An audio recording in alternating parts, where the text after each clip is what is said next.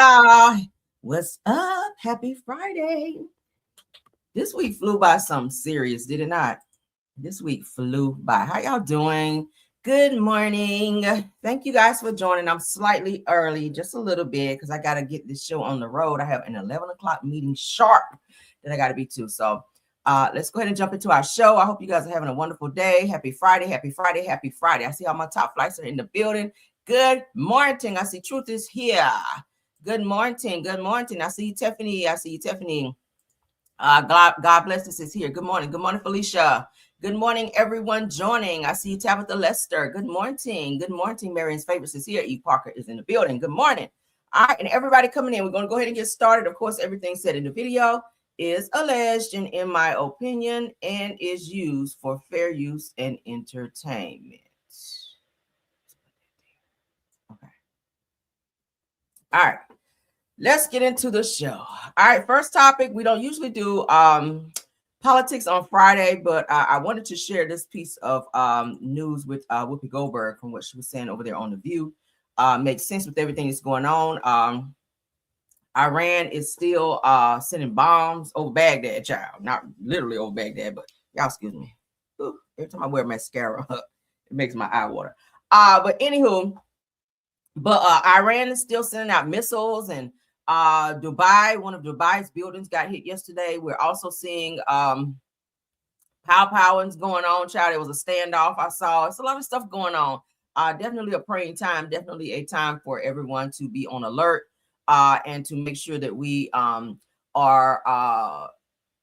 keeping close eye on our family and checking in with folk, because with everything going on, Trump has involved the world, the U.S. in a war that we should not be in.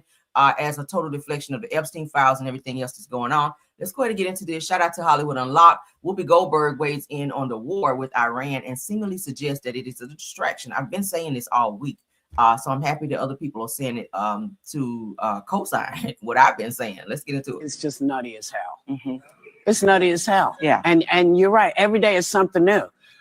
And it's, I was thinking about it yesterday because I thought, well, okay, why haven't we been talking about Savannah Guthrie and what's going on there? And her mother. Why have we not been talking about the Epstein files? Because that's still there. Yeah. This is meant to get us so worked up that we are unable to see anything else. It's a very wag the dog feeling. Very wag the dog feeling. But it's just nutty as hell. Mm-hmm. Definitely. Everything she just said.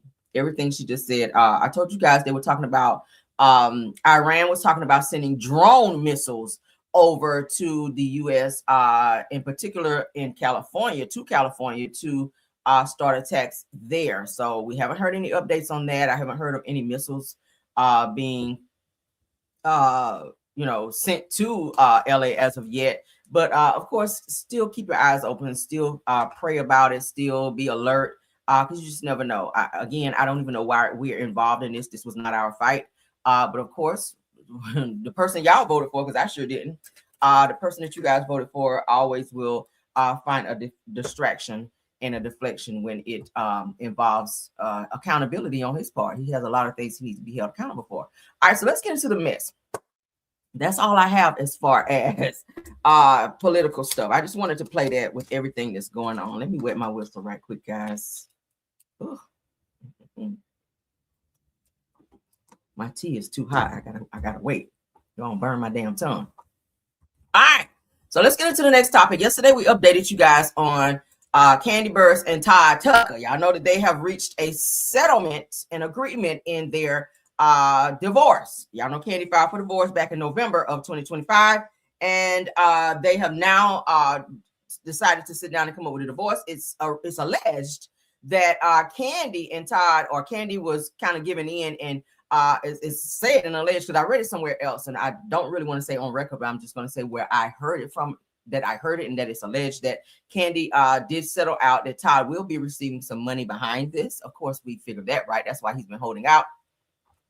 That's why he's been wanting full custody of the kids. Everything is money driven. Todd knew he married a boss. Todd knew he married Kandi, who was in the double digits as far as her millions. I think she's worth 30 something, almost $40 million. So he knew exactly what he was getting into. Hence the reason he did not want to sign a prenuptial agreement. So shout out to All About the Tea. Said the Kandi Burruss quickly settles divorce with Todd Tucker to avoid a messy trial. Y'all know that Kandi filed for their case to be sealed. She did not want people to know, bloggers and news outlets to know what she and Todd was dealing with behind closed doors. Todd filed for it to be unsealed, as we've talked about. Now, insiders say that she wanted to keep her dirty laundry private, hence the reason she filed for it to be sealed. All right. But they have decided to go through with the divorce. And it is what it is. Okay. It was said that Kandi was tired of Todd stepping out with other women. Again, you cannot open Pandora's box and be upset when he leave the shit cracked open, because you open the door to other things to kind of creep in and disturb your household or your setup.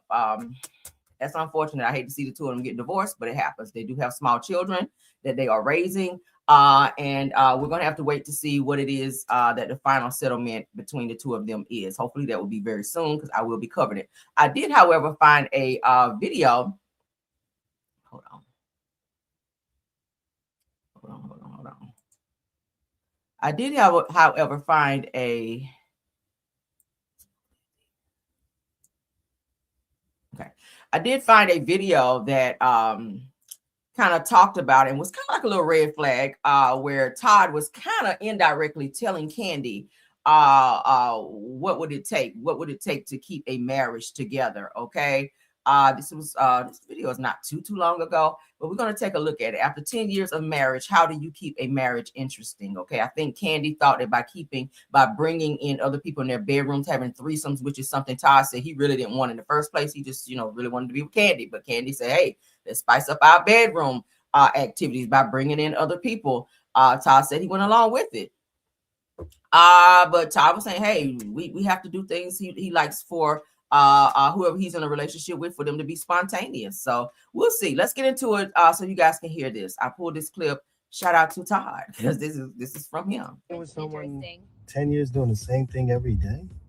Hey, good morning. What's up? Good morning, babe. Good morning, people. What's up? Okay, question of the day. Question of the day. I'm only answering one question, so let's go. What you got? Make it good. What do you think is the most important thing in a marriage? Most important thing in a marriage. I think it's always my same answer. What? Just being spontaneous, never the same thing. Like, could you imagine being with someone 10 years doing the same thing every day? Could you imagine that? 10 years straight? Can I imagine the same thing though? You go to work, you come home, you cook, you know what I mean? And that's a lot of people's reality, and that's hard. Like, I can imagine having to do the same routine every day. Sounds boring. No, it does, but that's what some people have to do to maintain. You know what I mean? So I think but I still think that that's no excuse. You know what I mean? Because people do what they want to do, right? Like they say, people who try to see the people they want to see. People call the people they want to call. So there's really no excuses.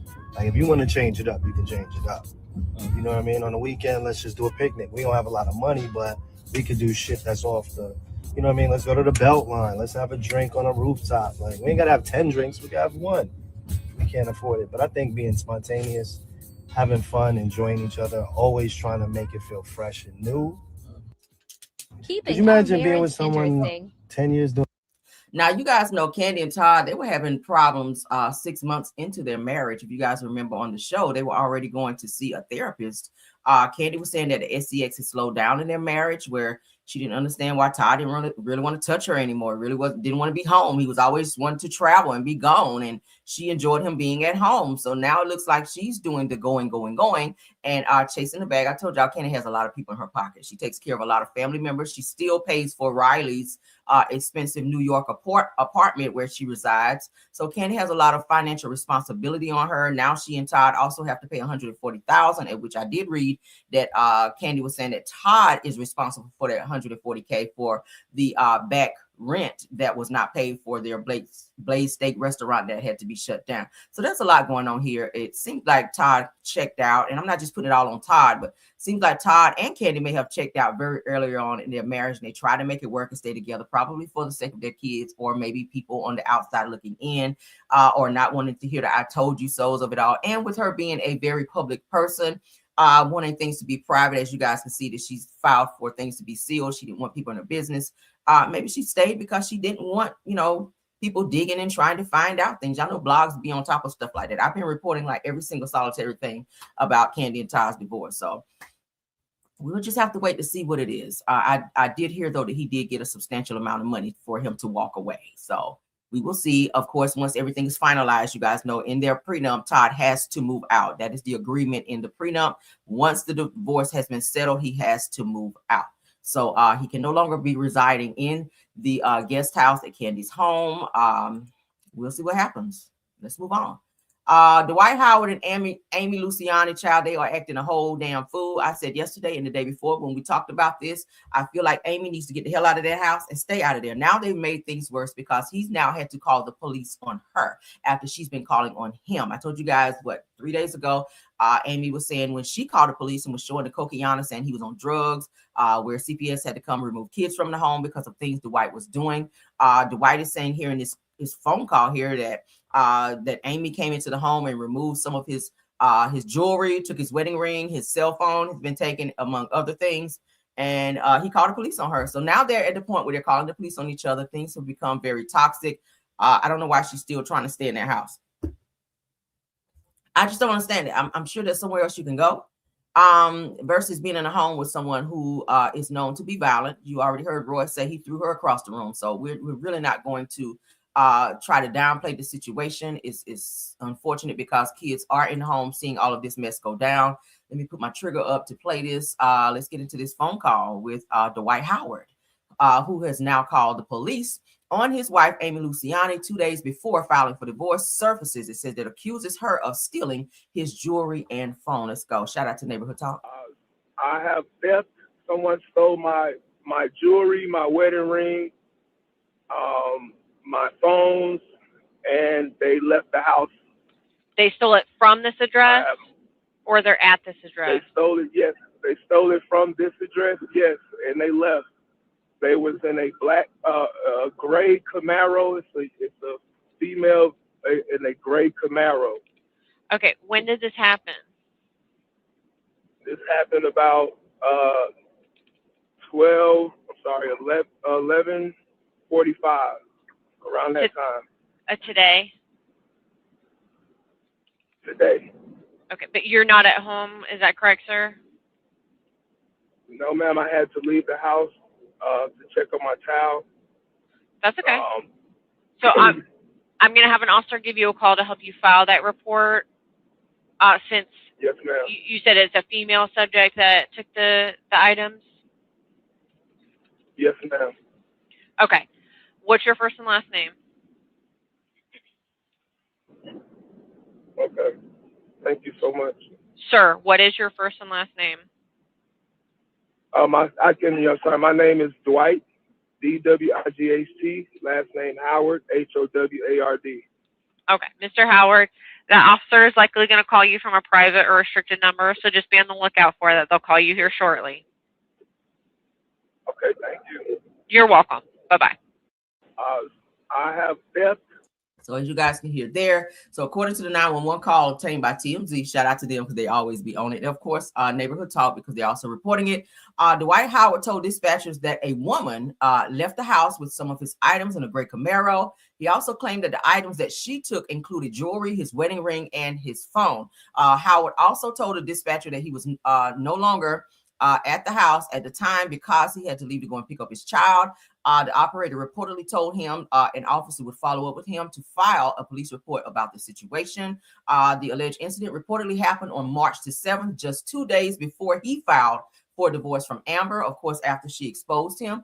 I feel like he was retaliating. Now, days later, she took to Instagram distraught, alleging that her husband was a drug abuser and lost his daughter to Child Protective Services Following the claims, Howard took to Snapchat to deny using the cocaine. All right, so we already see that. You guys also remember where Amy called on him. They are playing with the police like something serious. I just don't see this going well. It's too much. It's too much. If the police got to come to your house 3 times in 3 weeks, that's a lot. Okay, 1 time in 3 weeks is a lot. She needs to move out, get far away from him before he wind up being violent towards her. I just see it going there, and I'm not trying to speak it into existence, but I've seen this happen so many times. Just leave. He's already filed for divorce, which lets you know he's done. So there's no reason to stay in the house, keep taunting, keep taking his phone, calling the police, saying I'm stuck outside the gate and all this crazy stuff. Get your shit, whatever you could put in your car for now. You can get the rest of your shit later. I don't know why people want to stay over things. Whatever he destroys of yours, he'll have to pay for it. He's Dwight Howard. He got millions. I would gather whatever I can and put as much shit as I can in my car and get the fuck out of there. And never return until I have maybe police escort or until all of this is resolved in court by way of divorce. Right? That's what I would do. But let's get into her phone call, calling on him. Let's go. Okay, and what's going on there? Well, what's going on is my husband, this will be the 3rd time. Whenever he gets upset, he locks me out of our estate. We live in a 35,000 square foot big home. It's Dwight Howard from the Lakers. Anytime he gets upset with me, I come home, the gate's locked. He just did it again. We had an argument. He lost custody of his daughter last night with CPS. He took it out on me, and he went all ballistic. I come home. I try to go back in the gate. He changed the gate code again. I said, Dwight, the police came out here before, and they told you. It is illegal to do this to Miss Howard. This is your wife. I've been here for 15 months. We've been married for 12. You can't do this. They warned him. Stop doing it. He did it again. So I'm locked out. I had to walk all the way through the woods, break in the side gate. I'm quite shocked the neighbors haven't called the police on me yet. It's raining. I'm embarrassed. I'm outside the gate. He locked me out again. I was not going to call, but I'm sick of it.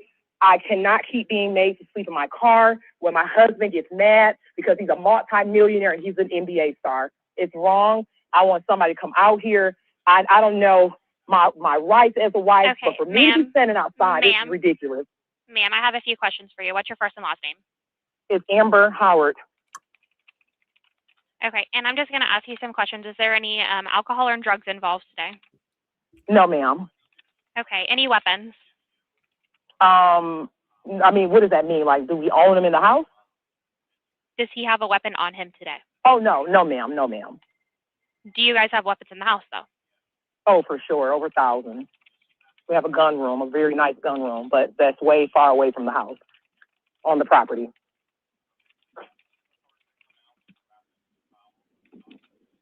Okay, and where are you right now? I'm standing outside in the rain. And can you go ahead and give me a description of yourself so officers know who to look for? Are you black, white, Hispanic, Of or Asian, myself? ma'am? Yes, ma'am. I'm black. I have on, yes, ma'am. I'm black. I have on blue jeans with a gray hoodie and a gray hat. Gray hoodie, blue jeans, and black hat. Perfect.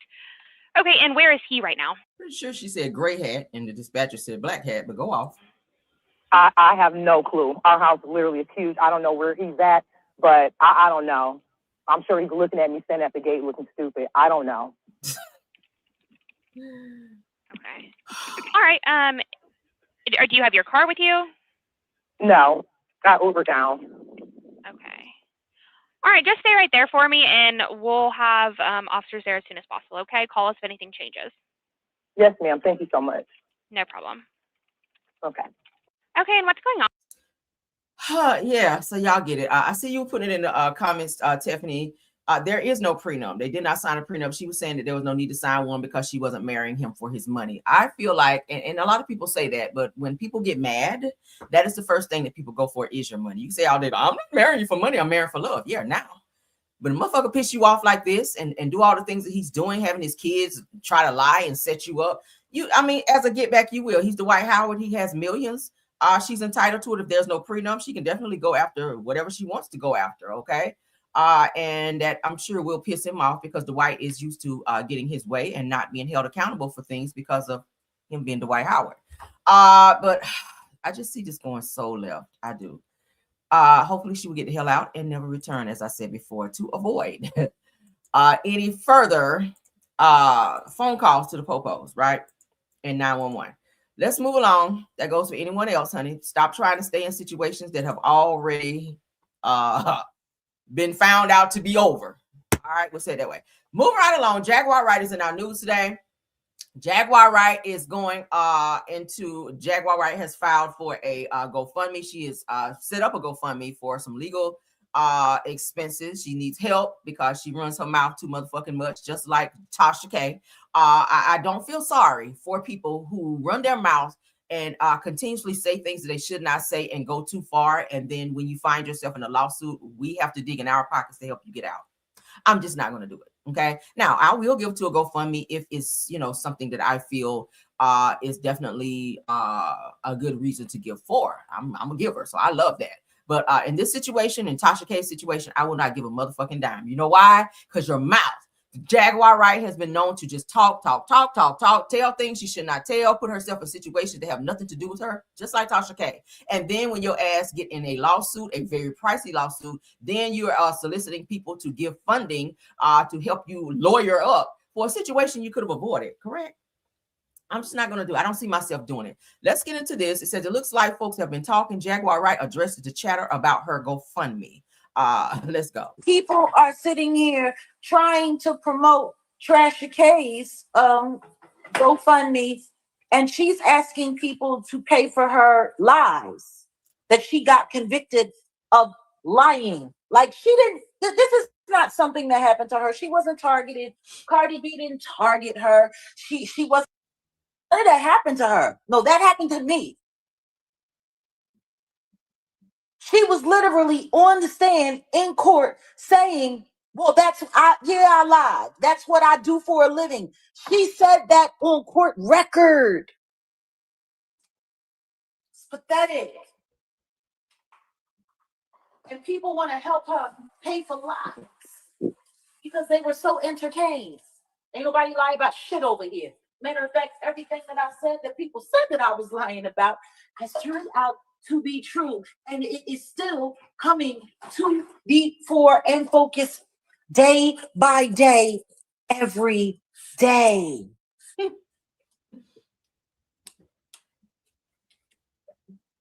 No, see, what's happening is content creators have now decided to jump online to try to make fun and make light of my GoFundMe so that they can turn people away from actually donating to me like they've been doing for the past 4-5 years. Like, does people realize these 2,000?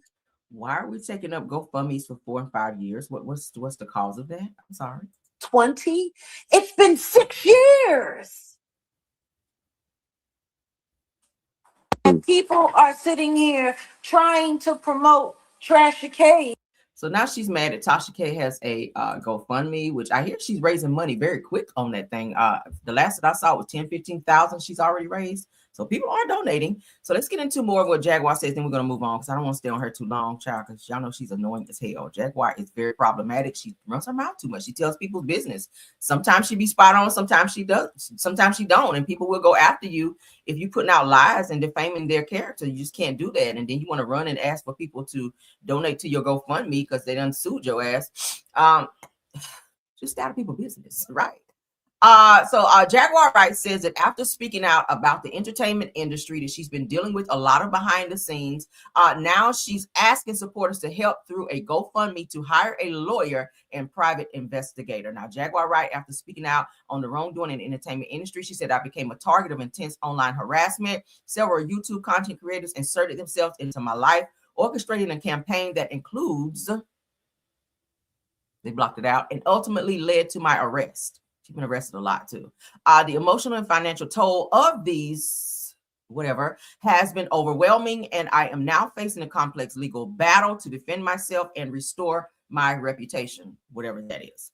I am seeking support to hire a lawyer and a private investigator. With their help, I hope to clear my name, identity, or identify those responsible for those coordinated, whatever, and pursue legal action to hold them accountable. It sounds like somebody else. Oh my God. Additionally, I need protection to ensure my safety as I navigate this challenging situation. Yeah, this sounds like somebody. Your support will make a direct impact on my ability to fight back and reclaim my life. Any support that you can offer would mean the world to me as I work to defend myself and seek justice. Thank you for your standing. Thank you for standing with me during this difficult time. She puts the GoFundMe link there. Legal Defense and Justice Fund. Mind you, $0 of $16,000 have been raised. So nobody's giving, doesn't look like anybody's given yet. I think people know she's full of shit, right? So nothing's been raised as of yet. This was 5 hours ago. So what do y'all think? Jaguar girl, sit down. And why for this? Because I think she's had other GoFundMes where she said she's been raising money for over like 6 years. I don't know what that's for. I don't know what she was raising that for, but whatever, girl. I guess good luck. I don't know. I'm not giving anything though, because I've seen you. I've seen how you work, honey. I've seen how you work. I've seen your videos and how you just be, 10 toes down, telling people's business and getting in other people's shit that don't have nothing to do with you. And when they clap back and they sue you, then that's just what it is. Go with it, sis. Okay. May the force be with you. Moving right along. Now, I literally just talked about this days ago when we were talking about some of these trash ass pastors that get up in the pulpit and they're soliciting all this money from their members. But then when it comes time for them to help said members that's been giving ever since what grandma was 3, 4, 5, 6, 7, 8 years old in the church. Now it's a problem, and funerals can't be had at churches because pastor want X amount of money, right? So literally, I woke up to this news where a woman confronts her local pastor over funeral service fees for a long-term church member. I feel like if you've been in church, you've been paying tithes since Michael Jackson was singing Beat It. I just don't feel like you should be having to give no extra fees out here, right? I feel like you don't pay for your funeral, right? How long was Beat It? Girl. So let's get into this. Because this is a mess. This lady is calling this pastor off. She said, I went off on the pastor for charging for the funeral. I know that's right. Let's go. So I just went off on the pastor, his wife, the deacon, the church, the whole congregation. Me and my cousin, we get to this church to plan, to let them know how we want to plan the service or whatnot. My auntie and uncle been members of this church for over 55 years. They pay their tithes faithfully. So the pastor turns around and say, that's going to be $800. $800 for what, pastor? He said, well, you know that in order for us to preach this service and do a nice homegoing, the church got to cook, and I got to pay my ushers to clean up, and then I got to pay some of my deacons to come. I said, you got to pay them to come to a homegoing for your faithful members? I said, let me ask you something. Where the money at when they pay their tithes every Sunday? Where they money at when they pay for pastor anniversary? Where they money at when they pay for church anniversary? Where they money at when you did fundraisers? Where they money at whenever you did these cookings and all this extra stuff? Where they money at when you needed something for your light bill? Where they money at when you needed something for your rent? Where they money at when your mama and your daddy passed? And the last time I checked, my auntie did the cooking and my uncle was running around here trying to help get you a suit. These folks been members of your church since they was little kids, and they was watching you grow up. And you finna sit here and tell me your money hungry ass finna charge us to have a service here? I believe the hell not. I say it's mighty funny how you praise people and you love people when they sit in front of you. I say, because you get up there and you say everything that you know they want to hear. You don't preach nothing about God.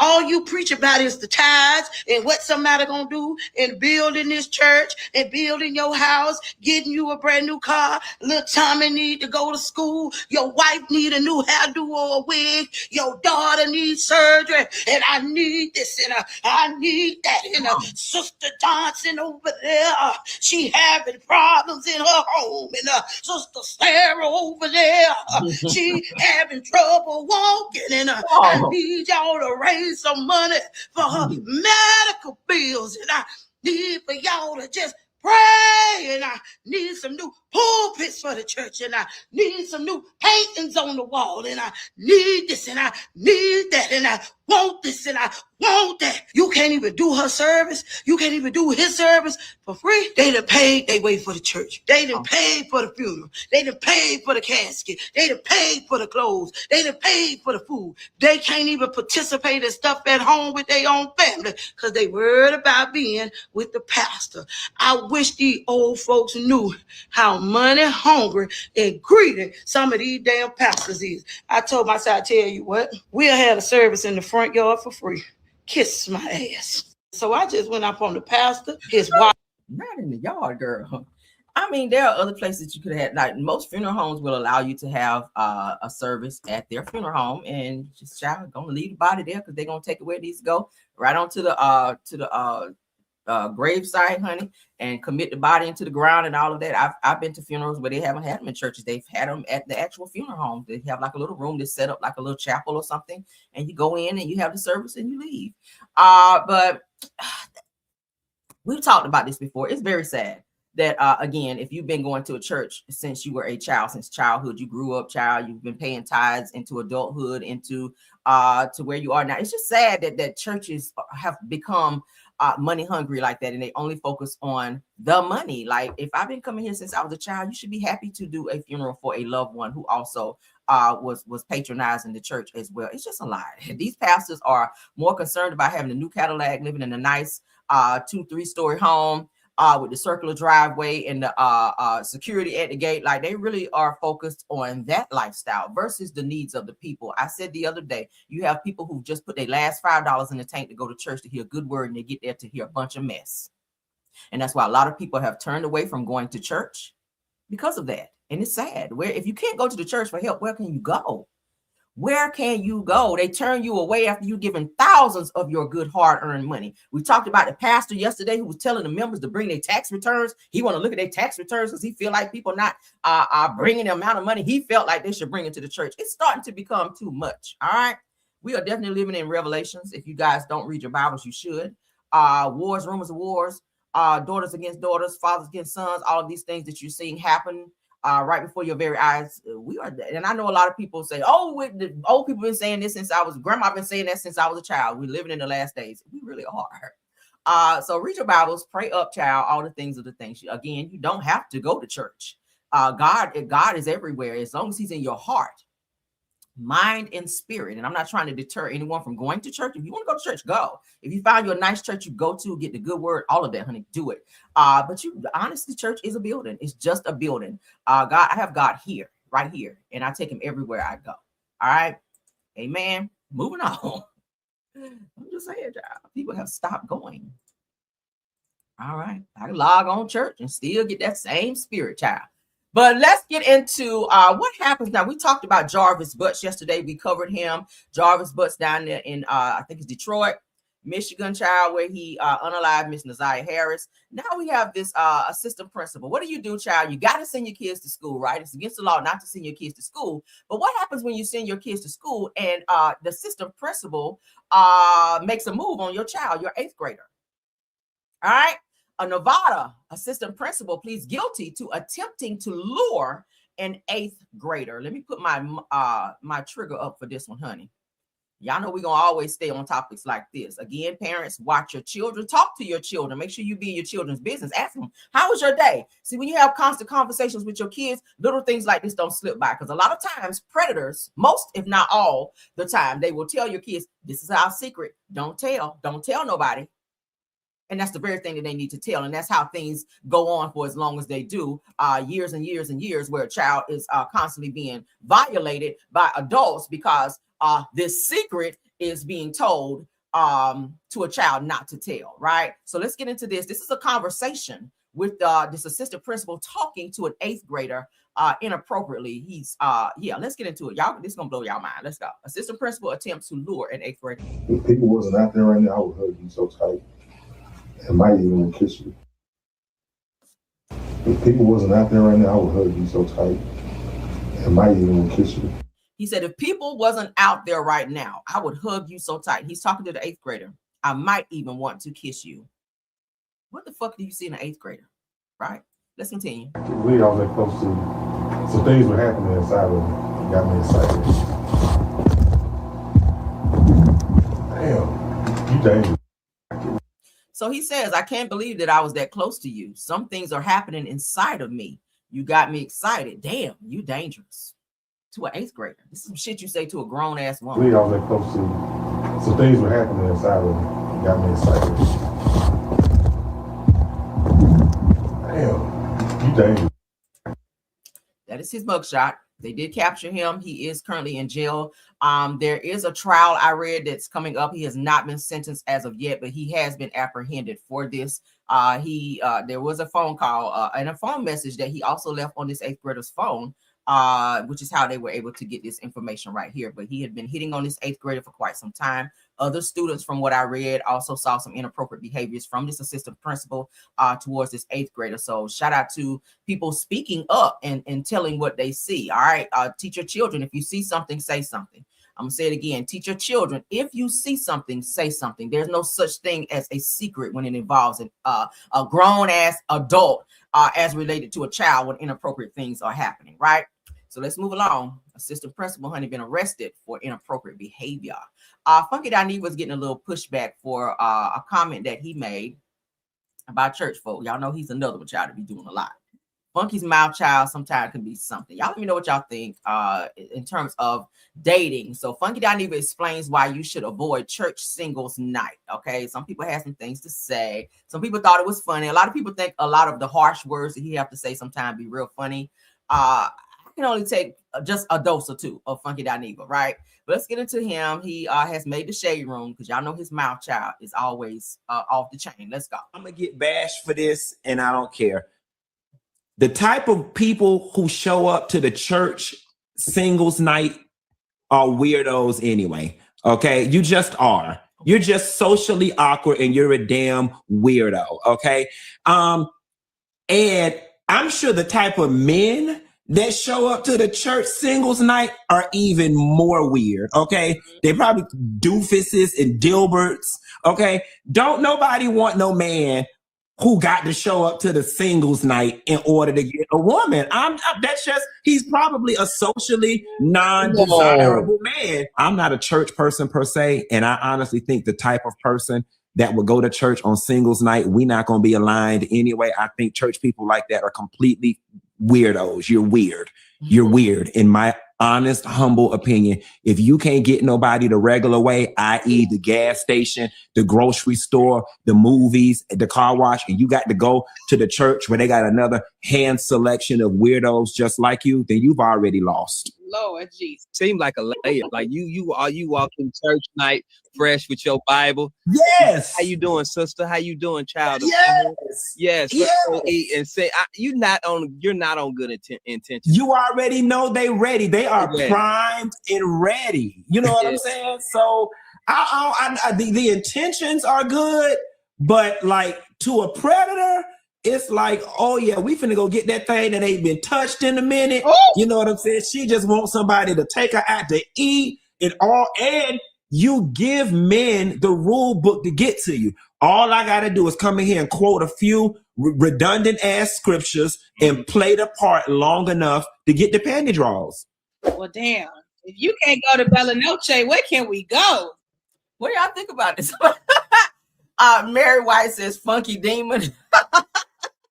That's funny. I just glanced down and saw that. Girl, that sent me. Okay.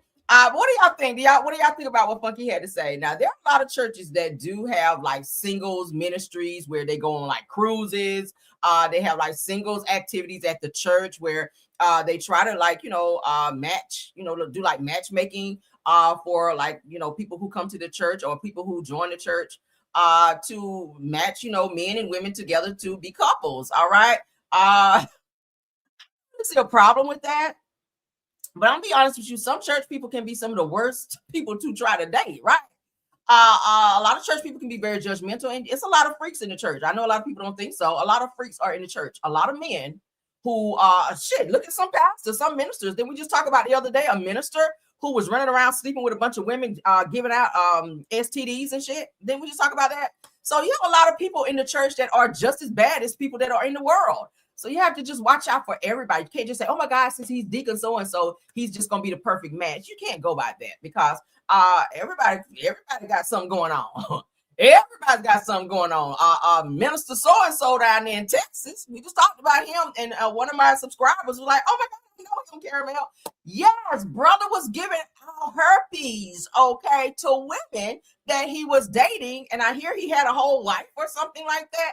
But yeah, so again, there's nothing wrong with having singles ministries in the church, but definitely still do your homework on these people like you would if you were on a dating site, because they be on the mess as well, right? But a lot of people had some things to say about Funky Dineva. I think it was more so his delivery while he was talking about this, because you got to kind of be careful when you're saying church and then you're saying, you know, other things that's attached to it. Even though a lot of craziness does go on in church, right? It does. So y'all let me know what y'all think about it. Let's move along. Mimi Faust from Love and Hip Hop Atlanta, the maid, as Jocelyn called her child, she is giving some constructive criticism of how those that wind up on reality TV, of how they need to have side hustles and other things going on, so that if and when reality TV kind of goes away, that you can still survive, which I think that's something that everybody should do anyway. Use that platform in order to grow and build. Why would you just be on a reality show and just be getting a reality check, right? That's in every aspect of your life. I tell you guys that all the time here on my channel. If you have a job, you should always have a side hustle. Because what happens when that job goes away? What happens if you go to work tomorrow and your job or your boss comes to you and say, hey, I'm sorry, but we got to lay you off? What are you going to do? How are you going to pay your bills? You should always have another place to reach, okay? Old people, like I always say, can't get all you can't all you get. You just never know what life will be tomorrow. So always, and I always say too, it's great to have a 5-year plan. That way you kind of know how you're going to survive and do things. If one thing collapses, then you can go somewhere else and still be able to make ends meet, right? So let's get into what Mimi had to say. Said that Mimi Faust says that not planning for life after reality television was her biggest mistake. Now I know she did have like a maid service where she was going around cleaning like $1 million homes, which I hear that makes very good money. That's a great company, a type of company or business to start, okay, if you're into something like that. But let's get into what she had to say. Shout out to Jasmine Brand. Biggest mistake was, and for everybody and anybody that wants to do reality TV, what you should do while you're on the show, make sure you set yourself up for after the show, because when it's over, it's over immediately. There's no residual income.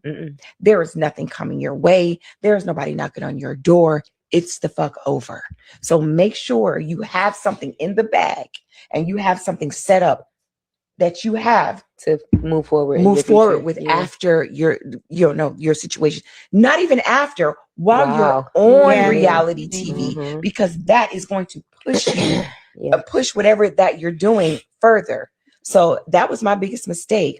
When I was on there, I was so engulfed in the current that I didn't set up myself for the after. Biggest mistake was. And for everybody and anybody that wants to do reality TV, what you should do while you're on the show, make sure you set yourself up for after the show. I mean, I think everybody should know that, right? Shit, I've had some shit before the show, right? You should have been doing something before the show and then use that as your storyline to push and promote whatever business that you're trying to get off the ground or that you're already doing, right? Because you're on you're on TV. Like, what better way to promote your business or whatever you have going on by incorporating that into your storyline? You were so engulfed, as you used, with Stevie J with his lying, cheating ass, and Jocelyn and what they had going on. You talking about threesomes and shit. You should have been promoting your maid service business. Some of everybody watch Love and Hip Hop. Millionaires, brokenaires, everybody watch that shit. I would have been talking every time they put the camera on me. I'd have been talking about my maid service. I would have been pushing that shit something serious. By the time you got off the show, and by the time they wrote you out of this show, girl, you should have been sitting real pretty. That's all I'm saying. People just got to know how to promote themselves and stop focusing on the things that really don't matter. Yes, that Stevie was a part of your storyline, but I would have definitely been throwing in there about my maid service. I think I may have seen like maybe once or twice her talking about it. And then of course, Jocelyn was kind of picking at her for being a maid. Like, here's the maid. But I was like, it's an income. It's a lot of maid services or businesses, companies that make really, really good money, depending on the neighborhoods that you clean. Like if you can get in good and get some of these contracts for some of these apartment buildings, people stay moving in and out of apartments. That's a job. You are constantly making money because people are constantly moving, right? I'm just saying, Get into it with some of these expensive homes and some of these upscale neighborhoods and go in and clean these white folk in these rich black people homes and get the coin. And then branch off and get you some more people that's added into your business and tell, hey, you go over here. We got a house over here needs to be clean. You go over here and set it up, child, and go get the money. Get to the money. But you just got to know how to do it. So shout out to Mimi. I think you should be still making money from that video that you did. I know at one point she was making a killing off of the shower curtains because y'all know she did her SEX tape on the shower rod, right? So she was selling shower rods. They were saying shower rods were flying off the shelf. I would have definitely invested in that since that was doing good. I'd have made that out of a business. Since you incorporated that into your SDX tape, it's just a lot of things that she could have definitely tried to do, but you should be still making money from the SDX tape, girl. You should. I'm just saying, from all the shit you was doing on there and showing, I saw that too. Not that I'm such a freak or whatever, but you know, if you know, if you're doing something, I gotta see what product you're putting out there, right? Wink, wink. Now let me stop. But what do y'all think? Let me know. Kirk, child, let's get into Kirk Frost. His son has been arrested. All right, Kirk Frost's son been arrested, y'all. Then we got to get into, let's go ahead and show Kirk's son. I saw this last night. I said, okay, I'll just save it for today. So we're going to go ahead and look at it. All right, Kirk Frost, Kirk, who is married to Rashida from Love and Hip Hop. This is his son. He is named after him. Okay. Right there in Atlanta. That's his mugshot. Shout out to the Georgia Gazette, because that's where I saw it. All right, Kirk Frost, child. Kirk Linnell Frost, date of booking 3/7/2026. Reason for the booking: entering mobile automobile or other motor vehicle with intent to commit theft or felony. All right, your mom and daddy is Kurt, and Rashida is not your mama, but Kurt is your daddy. Kurt got money, so what you out here stealing cars for? Now I don't know what the relationship is between he and his dad, but that's not a good look, especially if you run around here with Kirk's name. Like, damn. Theft by taking, which is a misdemeanor, which is what he was charged with. All right, so just giving you guys the update on that. That's Kirk Frost's son from Love and Hip Hop Atlanta. That's his son who was arrested on the 7th of March for auto theft. Okay, just to give you guys that. And while I'm here, let's go ahead and read up on this document that I have here for Jarvis Butts, the sentencing. I got my hands on that since we covered that yesterday. Shout out to Wayne County Criminal Justice System. All right, so this document is Jarvis Butts is sentenced in homicide of Naziah Harris. Do I have my trigger up? Let me put it back up so we can read through this right quick. Thank God I got good reading skills, so we ain't got to be on it long. All right, for immediate release, press release March 12th, which was yesterday, 2026. Let's get into it. All right, so it says, this afternoon, Judge Nicholas Hathaway sentenced defendants Jarvis Butts to 35 to 60 years for second-degree unaliving for the unaliving of 13-year-old Naziah Harris. He was also sentenced on 5 other criminal and sexual conduct cases, all to be served concurrently in the Michigan Department of Corrections. One of the most important aspects of the plea agreement was giving Naziah's family some semblance of closure. The disclosure of the location of her body was crucial.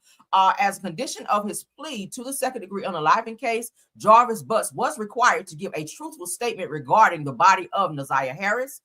We are satisfied with the statement he has given, said prosecutor Kim Worthy. Now, it's brought to my attention that the only people that were told where her body was Naziah's grandmother, which is Annette, and also her 2 daughters, Makita and Shannon Harris, okay? Which those 3, I feel like those bitches, and I'm gonna say it right here, should be also fucking arrested because you guys did not protect her and you guys allowed a pedo by the name of Jarvis Butts to be around this girl as well as around your own children who he also violated. Okay, yeah. So they are the only ones who publicly know where Naziah's body was, okay? Because there was a statement that was given by Jarvis. Let's continue. Case number 25-000-218-01-FC. Naziah Harris, 13 years old. Defendant was sentenced to court 1 of second-degree unaliving with a sentence agreement of 35 to 60 years in the MDOC to run concurrent with his other cases. Counts 2, 3, and 4 were dismissed. He will not be eligible to apply for parole until he has served 35 years in MDOC. The statement made by the defendant about the location of Naziah's body is not being released. Okay, that's going to be on the hush. So case number 24-002236-01FH, a then 7-year-old female victim. Motherfucker's crazy. Defendant was sentenced to count 1 of second-degree criminal sexual conduct with a sentence agreement of 10 years to 15 years in MDOC to run concurrently with his other cases. Counts 2, 3, and 4 were dismissed. My apologies because I have not got the second page, but I went ahead and read this one. I will spin the block, probably on pop in to give you guys the rest of that information. But he did sign a plea agreement. His daughter, Janiyah Butts, did speak, as I showed you guys yesterday, in terms of the closing statements in that case for his sentencing. She became very tearful. She also talked about she can't be around men as a result of what her father did to her. She said that changed her sexuality because of what her father did to her. She no longer liked men. That's a very sad situation. This little girl has become confused because of an inappropriate way that her father has touched her, among other things that he's done. Let's not forget about a 4-year-old who also was violated by him as well, who also received STDs as a result to Jarvis Butts being sexual with that child as well. And let's also not forget about other girls who also came up to speak on what they experienced at the hands of Jarvis Butts. His sister also came up to say, I don't even know who this person is sitting in front of me. She also told him in her closing statement, she said, hey, I wasn't even going to come today. I was going to go to work. I work with children. I've been harassed. My children have been harassed. She says, but at the end of the day, I protect children. And I don't know who this person is. This is my brother. We did not grow up this way. She said we were raised in a loving home. And she told him, pick your head up and look at me while I'm talking to you. I know he had the mask on. He was looking down. I said, it's such a punk move. If I was the judge, I would have told him to take that fucking mask off and I'd have ripped it up like confetti right there in the fucking courthouse, because he should not be allowed to cover his face, because your face was not covered when you violated these people, these children. Let's say that children. He always have that stupid ass smirk on his face. And I can see that while he's doing the shit that he was doing. It's just it's crazy. Again, I feel like the justice system should have also charged him with the unaliving of Naziah Harris's child that she was carrying as well. He should have definitely gotten life, because I hear that Detroit, they don't have the death penalty there. So he should have definitely gotten life. He should have had no reason and or way to get out. Even if he turns, 70, 80 years old, God forbid, and he serves his time, he should still not be allowed out there. Old men are pedos as well. I mean, look at the man in the R. Kelly case. This was an old man in his 70s, 80s that was touching R. Kelly as a child, which then transferred that spirit into him for him to do what he was doing to other people. I kind of feel like justice is served, but then I feel like it's not all the way served the way it should be. But we'll take it, because I mean, it's better than nothing, right? Again, I do feel like the grandmother Annette, as well as her 2 daughters, should also be, Shannon and Makita. I feel like they should also be locked up as well. Shannon was still making phone calls to the jail to talk to Jarvis. What the fuck are y'all talking about? Yes, I get it, y'all got kids, but what are you talking to him about? This is the same person who violated your daughter, who stood on the stand crying her eyes out and couldn't even look at her dad. Now, he was peeping up under his mask at the daughter while she cried, and she spoke to him about the things that she experienced. That's the only time he looked up, when his daughter went up. I feel like the other testimonies, he was like, I don't give a fuck. But something kind of pierced him when his own daughter, his blood, who was also seen at the same shop with Naziah, who's no longer here, something struck in him. He became emotional. You could tell he was crying under his mask because he was sniffling, and you could tell. But something just really hit him when his own daughter that he violated talked about how she felt about how her life has completely changed for the rest of her life because of something that her father did to her. But this is the update on that. And any other updates that I get, I will definitely spin the block and let you guys know about that. Let's get into this Lisa Raye news. Oh, Lord. I have to go. How many more topics? Okay, this is the last one.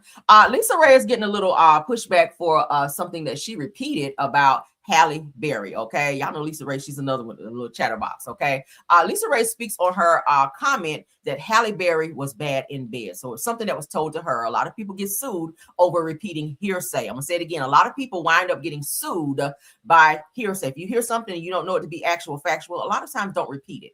Okay, you can say that allegedly. Sometimes the court will not uphold that allegedly bullshit. Okay, your ass will still get sued and wind up coming out of pocket millions. Ask Tasha K. Okay, ask Tasha K. All right, but let's get into what but Lisa Raye. And I like you, Lisa Raye, but you know, you be doing too much sometimes, sis. You do. All right, let's get into this last topic because maybe I gotta go. Okay, I gotta get ready because I have an 11 o'clock meeting. I have to be at sharp. Let's get into it. Shout out to what is that? Nostalgic Fashionable. Lisa Raye, let's go. Yes or What no? you say about Halle? I said that I heard that she was bad in bed. That was an article. Like I absolutely saw that and heard that on the radio. And it was like, well, we were talking about why beautiful women, why we can't keep a man is what the topic was. And it was like, well, hell, they say a lot of stuff about me. You know, they say a lot of stuff about every beautiful woman. I heard Halle was bad in bed. And before I know it, they said, Lisa Raye said, Halle Berry don't have good pussy. Or she said her snatch is trash. And it was like, well, first of all, hold on, wait a minute. You're not going to pit me against Halle because Halle is the queen. She's the GOAT. Yeah. That is my counter. Mm-hmm. You know what I mean? My whole thing is she's there before me. I wouldn't dare disrespect that queen like that. But yes or no? What did you say about Halle? I said that I heard that she was. So why repeat it then out loud? It's different than saying it behind closed doors with your homegirl, but when you get on a public platform and you repeat it, it's kind of like you are co-signing and or agreeing with that. If that's somebody that you look up to and or admire, I wouldn't even repeat it because I wouldn't want that attached to me as to say, oh, Caramel said that Halle Berry said that her WAP was trash and she ain't good in bed. People twist things all the time, right? The way things are set up now, people have ways where they can take what you're saying and go and doctor it up. And when you hear it again, it's not even what you said. It's completely different than what you said. I wouldn't even repeat it on a public platform to even have my name attached to something. If I admire someone as much as you say you do with Halle Berry, she is the GOAT in what she does. She's a great actress. She has had a lot of inconsistencies in past relationships she's been in. David Justice, y'all remember that? I think she dated Wesley Snipes for a short amount of time. And she also dated Eric Benet. We've heard a lot of things about that. And none of those relationships worked. She also went through some domestic stuff as well. A lot of people love to blame the woman all the time. Who knows? They were in a relationship. It takes two in a relationship, okay? And I'm not downplaying any domestic situation she's ever been in relationships. I know that, what's his name? Eric Benet had like a sex issue where he just couldn't get enough. So obviously it was good, because he couldn't keep his hands off of her, right? But at the end of the day, I feel like sometimes you should not speak on things that you kind of don't want to be taken out of context. If I was Lisa Raye, I would have not repeated that and or spoke on that on a public platform if you have such respect for Halle, because she may feel a way after that, right? If you see her now on the red carpet, she might kind of shun you or not want to speak to you because of how it was brought to her, right? We just have to be careful how we speak on and put our mouths on things, because sometimes it can be taken out of context and then it could look like you said something that you really didn't mean to say. Because we've heard Lisa Raye say on several platforms several things about other people, but she's very guarded when it comes to her and be ready to fight. The Chi-Town gonna come out. The Chi-Town gonna come. Well, you have that same grace for others, okay? And again, I like you, Lisa, but yeah, let's not be doing that, okay? But what y'all think? Sound off on all the topics we discussed. I have to go, you guys. I really have to go. I will be back for midday pop-in. Please bring keep your notifications on so you guys will know when I go live. Let me get back to my main screen here. Okay, and also thank you to my top flight mods, Rose Armstead, Tiffany Thomas, and Truth TV Podcast. Thank you guys for modding and doing such an awesome job. Y'all said she was being messy. Y'all said it, not me. But thank you guys. Again, this is Jarvis Butts, for those of you that forgot, okay? In the Nazaya case. In the Nazaya case, that is Jarvis Butts. You guys may not remember. Well, he looks the same. He just had his haircut in court. But that is him in the Nazaya case. I wanted to put that picture up in case y'all like, who is she talking about? So yeah, that's him. But we're going to get out of here, you guys. Thank you guys all for joining the live. Please tap on that like button for me. Check out our videos over on Rails World as well. And also, again, keep your notifications on so you guys know when I go live. Happy Friday to everyone. Shout out to all the content creators that joined this live. And of course, all my caramelians as well for supporting the video. Love you guys down. I'll see you guys later for our next pop-in video, okay? Until the next one, bye.